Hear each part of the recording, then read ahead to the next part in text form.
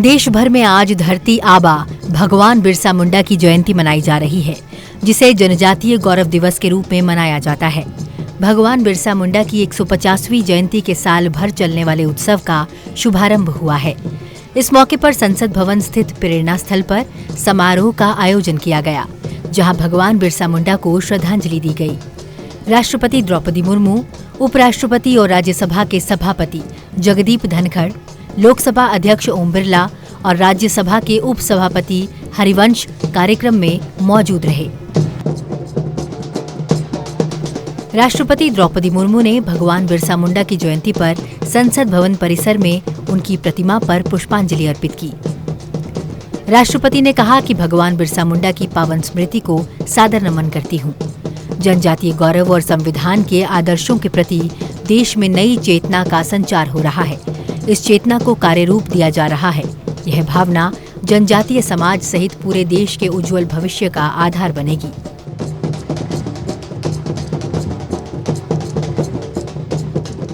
जनजातीय गौरव दिवस पर उपराष्ट्रपति और राज्यसभा के सभापति जगदीप धनखड़ ने संसद भवन में वीर आदिवासी स्वतंत्रता सेनानी बिरसा मुंडा जी को उनकी जयंती पर पुष्पांजलि अर्पित की। लोकसभा अध्यक्ष ओम बिरला ने धरती आबा भगवान बिरसा मुंडा की 150वीं जयंती वर्ष के प्रारंभ के उपलक्ष्य में आज संसद भवन परिसर में आयोजित कार्यक्रम में सम्मिलित होकर पुष्पांजलि अर्पित की। उन्होंने कहा कि जननायक बिरसा मुंडा भारतीय राष्ट्रीय आंदोलन के महान प्रतीक हैं, हमारी समृद्ध संस्कृति और सभ्यता के संवाहक हैं, जनजातीय समाज सहित संपूर्ण राष्ट्र के गौरव हैं। लोकसभा अध्यक्ष ओम बिरला ने भगवान बिरसा मुंडा की स्मृति में आज जनजातीय गौरव दिवस मनाते हुए कहा कि हम देश की उन्नति और आभा में जनजातीय समुदायों की भूमिका का स्मरण करते हैं। कला परंपराओं के संरक्षण, विरासत और विकास के तालमेल के साथ देश को आगे बढ़ाने में आदिवासी समाज की सदा से ही महत्वपूर्ण भूमिका रही है। निश्चय ही वर्ष 2047 तक विकसित भारत के प्रण को सिद्ध करने में भगवान बिरसा के जीवन आदर्श पथ प्रदर्शक रहेंगे। लोकसभा अध्यक्ष ने कहा कि आदिवासी अस्मिता और संस्कृति के गौरव हैं। उल गुलान के प्रणेता धरती आबा भगवान बिरसा मुंडा जी की जयंती पर नमन। भगवान बिरसा मुंडा का 150वां जन्म जयंती वर्ष आज से शुरू हो रहा है। जनजातीय गौरव दिवस के इस उपलक्ष्य पर सभी देशवासियों को शुभकामनाएं। भगवान बिरसा देश, समाज और संस्कृति के लिए अपना सर्वस्व समर्पण कर देने वाले महानायक थे। उनके जीवन आदर्श हमें सदैव प्रेरित करते रहेंगे। कार्यक्रम में देश भर से आए जनजातीय कलाकारों ने भी इस मौके पर अपनी पारंपरिक कला का प्रदर्शन किया।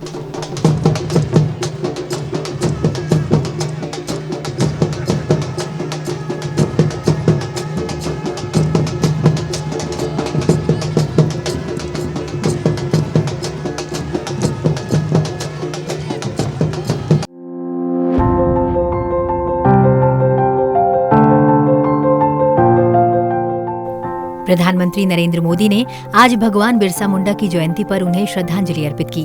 उन्होंने कहा कि भगवान बिरसा मुंडा जी ने मातृभूमि के गौरव और सम्मान की रक्षा के लिए अपना सर्वस्व बलिदान कर दिया।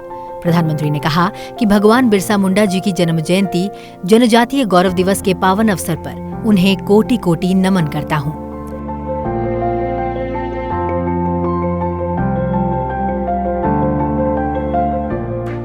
मैं भगवान बिरसा मुंडा की जन्म जयंती पर उनकी जन्मस्थली झारखंड के उलिहातू गांव गया था। मैं देश का पहला प्रधानमंत्री हूं जिसे इस पवित्र भूमि की मिट्टी को अपने मस्तक से लगाने का सौभाग्य मिला। भगवान बिरसा मुंडा हम सबके हृदय में बसे। सच्चा साहस क्या है और अपनी संकल्प शक्ति पर अड़िग रहना किसे कहते हैं, ये हम उनके जीवन से सीख सकते हैं। वे चाहते थे कि हर व्यक्ति को सम्मान और समानता का जीवन मिले। जनजातीय गौरव और संघर्ष के प्रति भगवान बिरसा मुंडा की गाथा हर देशवासी को प्रेरणा से भर देती। झारखंड का कोना कोना ऐसे ही महान विभूतियों को उनके हौसलों और अनथक प्रयासों से जुड़ा। तिलका मांझी, जित्तू कान्हू, चांद भैरव, बुलो जानो, नीलांबर, पीतांबर, चित्राताना भगत और अल्बर्ट एक्का जैसे अनेक वीरों ने इस धरती का गौरव बढ़ाया है। मैं आशा करता हूं कि देश के अधिक से अधिक युवा अपने क्षेत्र की आदिवासी विभूतियों के बारे में जानेंगे और उनसे प्रेरणा लेंगे। देश अपने आदिवासी समाज का कृतज्ञ है जिन्होंने राष्ट्र के स्वाभिमान और उत्थान को हमेशा सर्वोपरि रखा।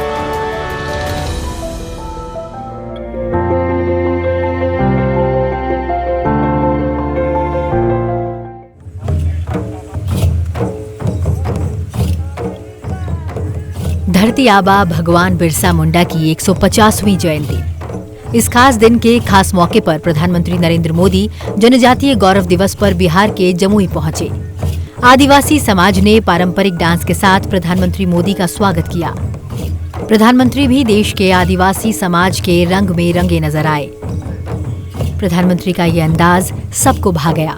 इसके बाद प्रधानमंत्री नरेंद्र मोदी ने भगवान बिरसा मुंडा की प्रतिमा पर पुष्प अर्पित किए। प्रधानमंत्री ने नगाड़ा भी बजाया। प्रधानमंत्री नरेंद्र मोदी ने आदिवासी समाज के योगदान का जिक्र किया। उन्होंने कहा कि आदिवासी समाज वो है जिसने राजकुमार राम को भगवान राम बनाया। आदिवासी समाज वो है जिसने भारत की संस्कृति और आजादी की रक्षा के लिए सैकड़ों वर्षों की लड़ाई को नेतृत्व दिया। आज जब हम जनजातीय गौरव दिवस मना रहे हैं, आज जब हम जनजातीय गौरव वर्ष की शुरुआत कर रहे हैं, तब ये समझना भी बहुत जरूरी है कि इस आयोजन की आवश्यकता क्यों हुई। ये इतिहास के एक बहुत बड़े अन्याय को दूर करने का एक ईमानदार प्रयास है। आजादी के बाद आदिवासी समाज के योगदान को इतिहास में वो स्थान नहीं दिया गया जिसका मेरा आदिवासी समाज हकदार था। आदिवासी समाज वो है जिसने राजकुमार राम को भगवान राम बनाया। आदिवासी समाज वो है जिसने भारत की संस्कृति और आजादी की रक्षा के लिए सैकड़ों वर्षों की लड़ाई को नेतृत्व दिया।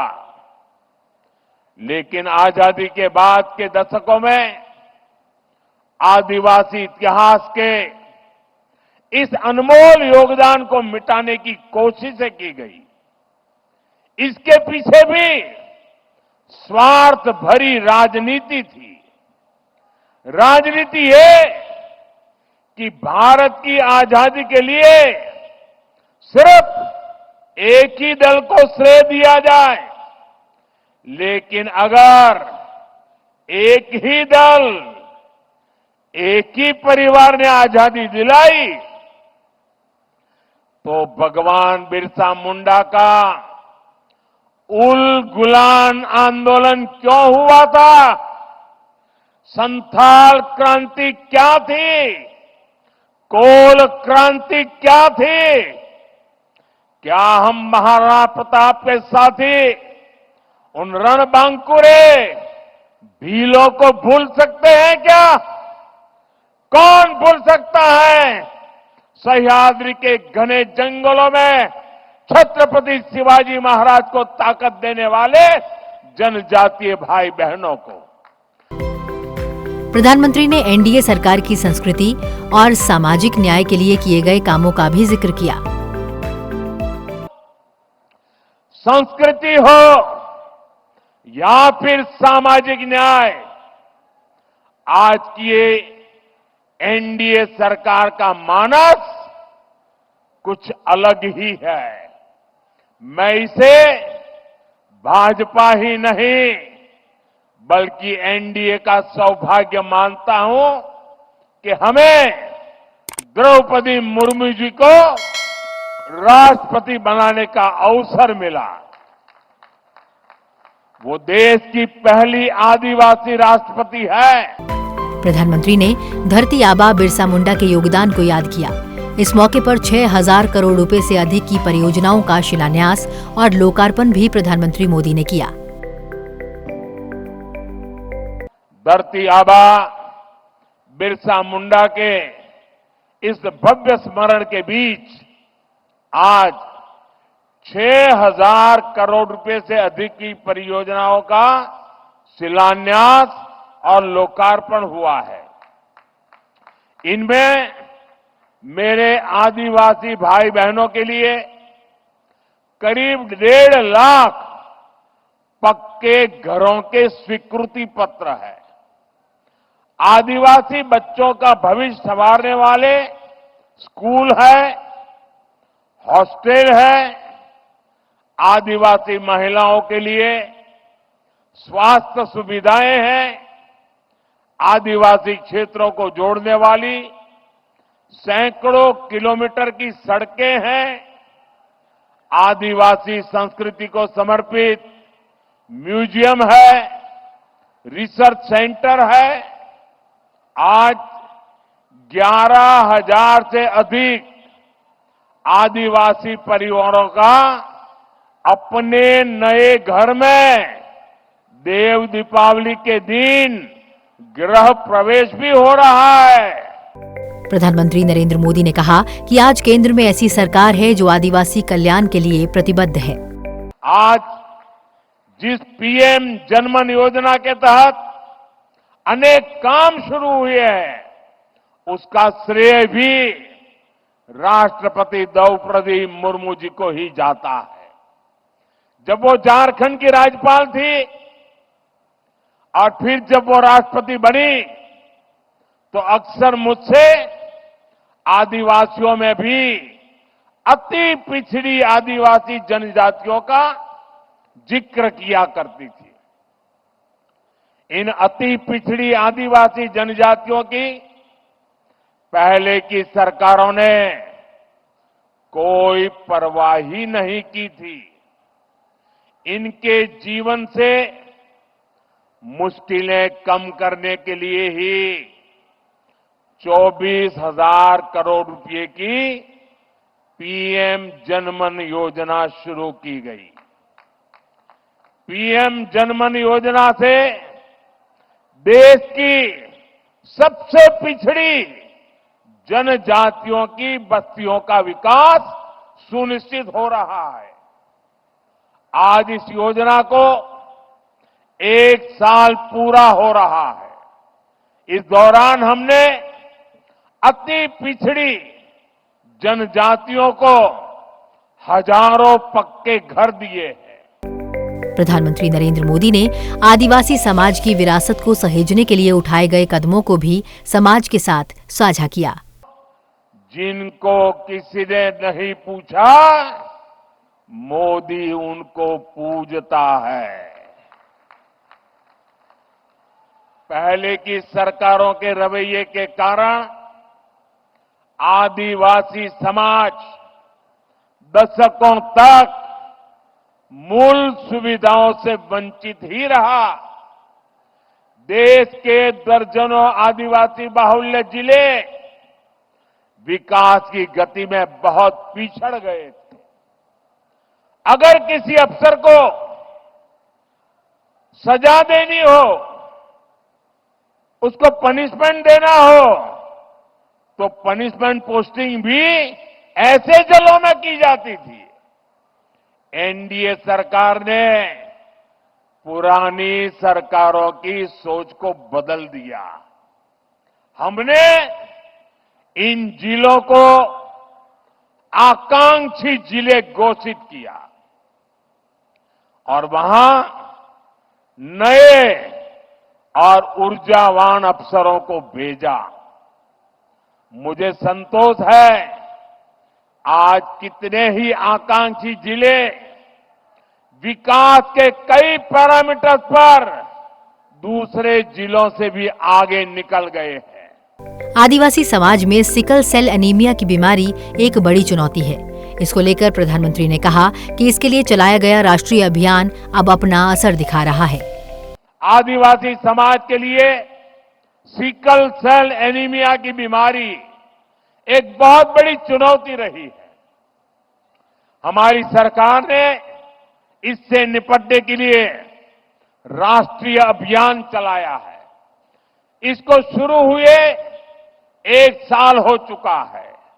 इस दौरान करीब 4.5 करोड़ साथियों की स्क्रीनिंग हुई है। आदिवासी परिवारों को अन्य बीमारियों की जांच के लिए ज्यादा दूर जाना न पड़े, इसके लिए बड़ी संख्या में आयुष्मान आरोग्य मंदिर बनाए जा रहे हैं। दुर्गम से दुर्गम इलाकों में भी मोबाइल मेडिकल यूनिट स्थापित की जा रही है। भगवान बिरसा मुंडा की 150वीं जन्म जयंती के मौके पर प्रधानमंत्री नरेंद्र मोदी ने एक खास घोषणा की।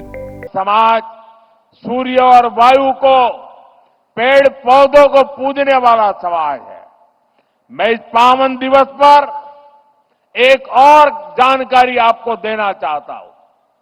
भगवान बिरसा मुंडा की 150वीं जन्म जयंती के उपलक्ष्य में देश के आदिवासी बाहुल्य जिलों में बिरसा मुंडा जनजातीय गौरव उपवन बनाए जाएंगे।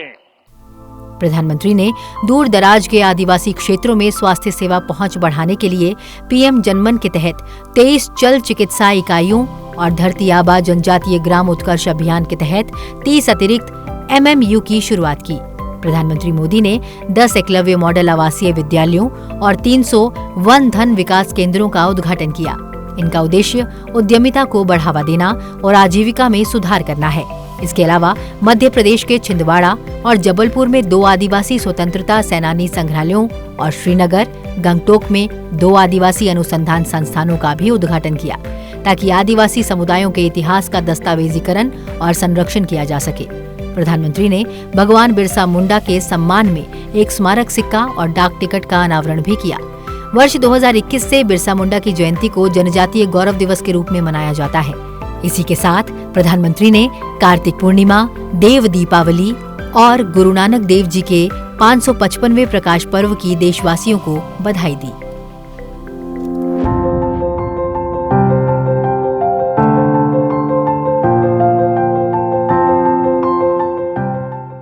उपराष्ट्रपति जगदीप धनखड़ ने कहा कि भारतवर्ष के लिए सांस्कृतिक जड़ें बहुत जरूरी हैं।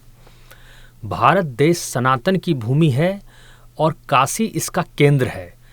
सनातन में सबको अपनाने का विश्व संदेश है। वह आज उत्तर प्रदेश के वाराणसी में आयोजित देव दीपावली समारोह को संबोधित कर रहे थे। इस अवसर पर उन्होंने वाराणसी में नमो घाट का लोकार्पण भी किया। भाई और बहनों, हमारी सांस्कृतिक जड़ें बहुत जरूरी हैं, हमें जीवंत रखती हैं। भारत सनातन की भूमि है काशी इसका केंद्र है। सनातन में विश्व शांति का संदेश है। सनातन सभी को समाहित करता है। सनातन विभाजनकारी ताकतों का विरोध करता है। सनातन राष्ट्र धर्म भारतीयता का प्रतिबंध है।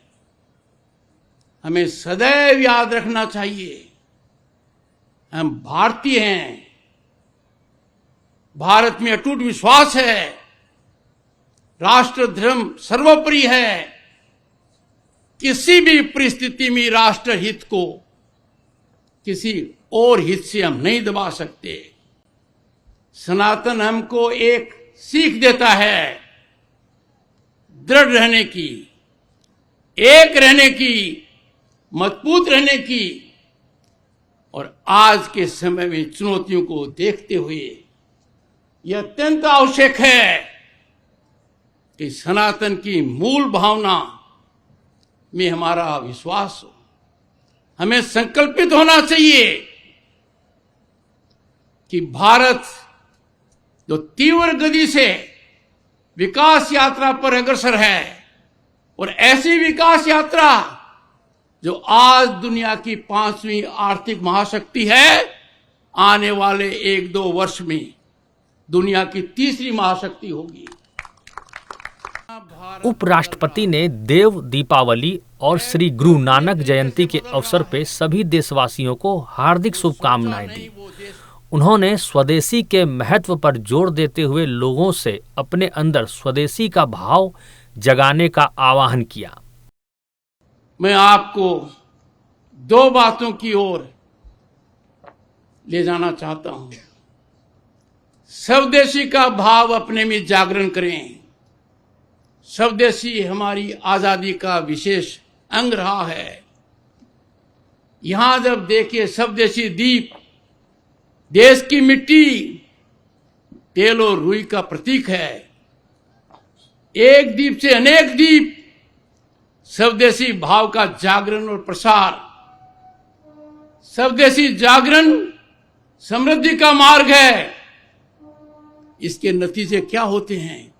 आत्मनिर्भरता, विदेशी मुद्रा का बचाव और स्वदेशी रोजगार का फैलाव।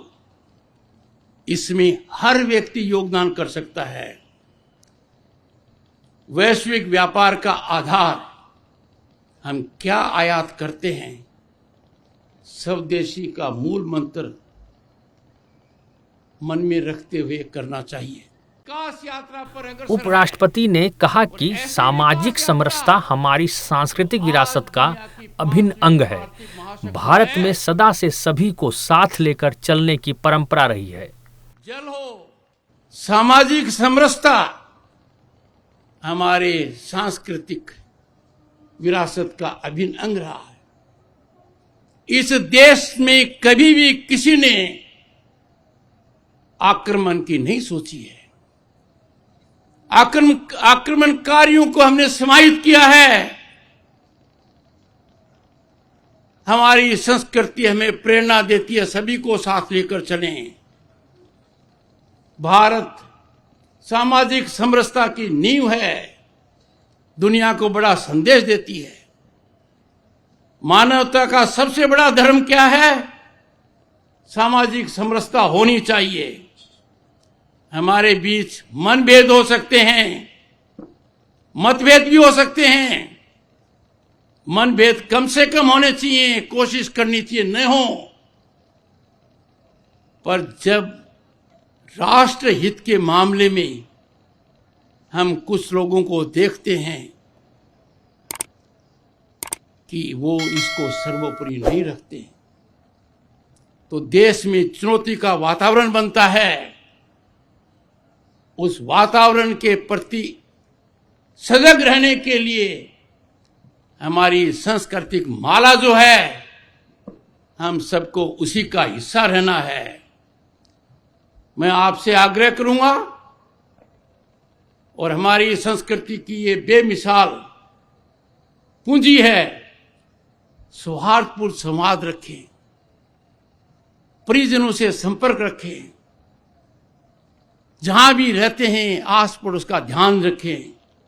उपराष्ट्रपति ने कहा कि देश बदल रहा है, जो सोचा नहीं था वो हो रहा है। इसमें उत्तर प्रदेश की अहम भूमिका है।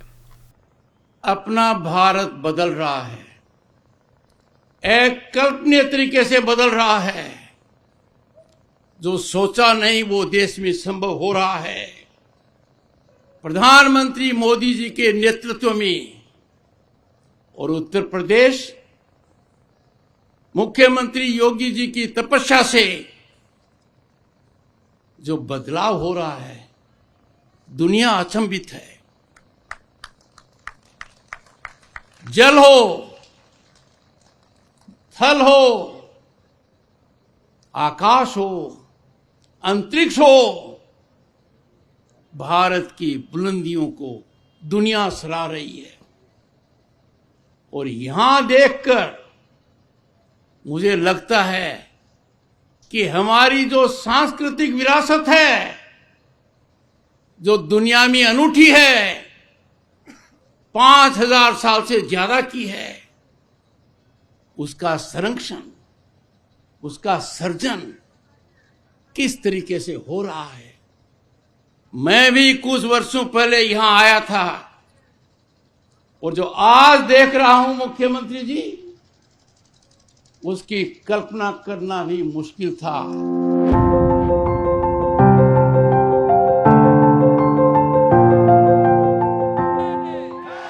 प्रधानमंत्री नरेंद्र मोदी ने आज दिल्ली में पहले बोडोलैंड महोत्सव का उद्घाटन किया। इस मौके पर उन्होंने कहा कि उनकी सरकार जीवंत बोडो समुदाय के लिए प्रगति और तरक्की सुनिश्चित करने के लिए प्रतिबद्ध है।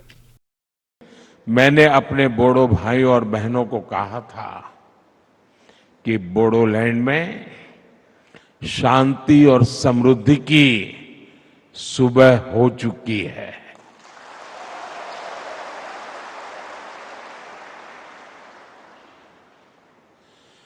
और साथियों, वो मेरे सिर्फ शब्द नहीं थे।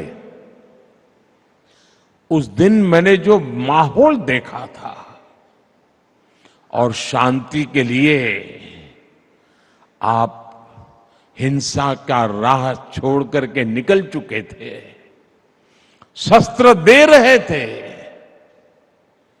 वो पल बहुत ही भावुक था साथियों। और उसी समय मेरे भीतर एक मेरे अंदर से आवाज आई थी कि अब मेरे बोडोलैंड में समृद्धि की सुबह हो चुकी है। आज आप सबका उत्साह, आपके चेहरे की खुशी देखकर मैं कह सकता हूं, बोडो लोगों के उज्जवल भविष्य की मजबूत नींव तैयार हो चुकी है। 2 दिवसीय बोडोलैंड महोत्सव भाषा, साहित्य और संस्कृति का एक बड़ा आयोजन है। प्रधानमंत्री ने कहा कि यह मौका 2020 में हुए बोडो शांति समझौते पर हस्ताक्षर के बाद से ही बहाली और उबरने की उपलब्धि का जश्न मनाने का है। 50 साल का रक्तपात, 50 साल तक हिंसा, 3-4 पीढ़ी के युवा इस हिंसा में खप गए। कितने दशकों बाद बोडो आज फेस्टिवल मना रहा है।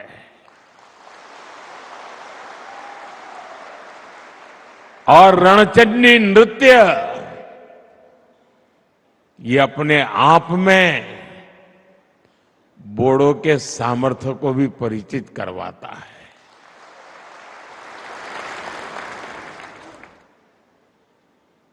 और मुझे नहीं पता कि दिल्ली में बैठे हुए लोगों को इन चीजों का महात्म्य समझ आता होगा। और ये ऐसे ही नहीं हुआ है। बड़े धैर्य के साथ एक एक गांठ को उकेलते उसको ठीक करते करते करते आज आप सबने एक नया इतिहास रच दिया है। बोडोलैंड महोत्सव का उद्देश्य न केवल बोडोलैंड बल्कि पूर्वोत्तर के अलग अलग हिस्सों में रहने वाले बोडो लोगों को एकीकृत और जीवंत बोडो समाज का निर्माण करना है। इस महोत्सव का विषय समृद्ध भारत के लिए शांति और सद्भाव है।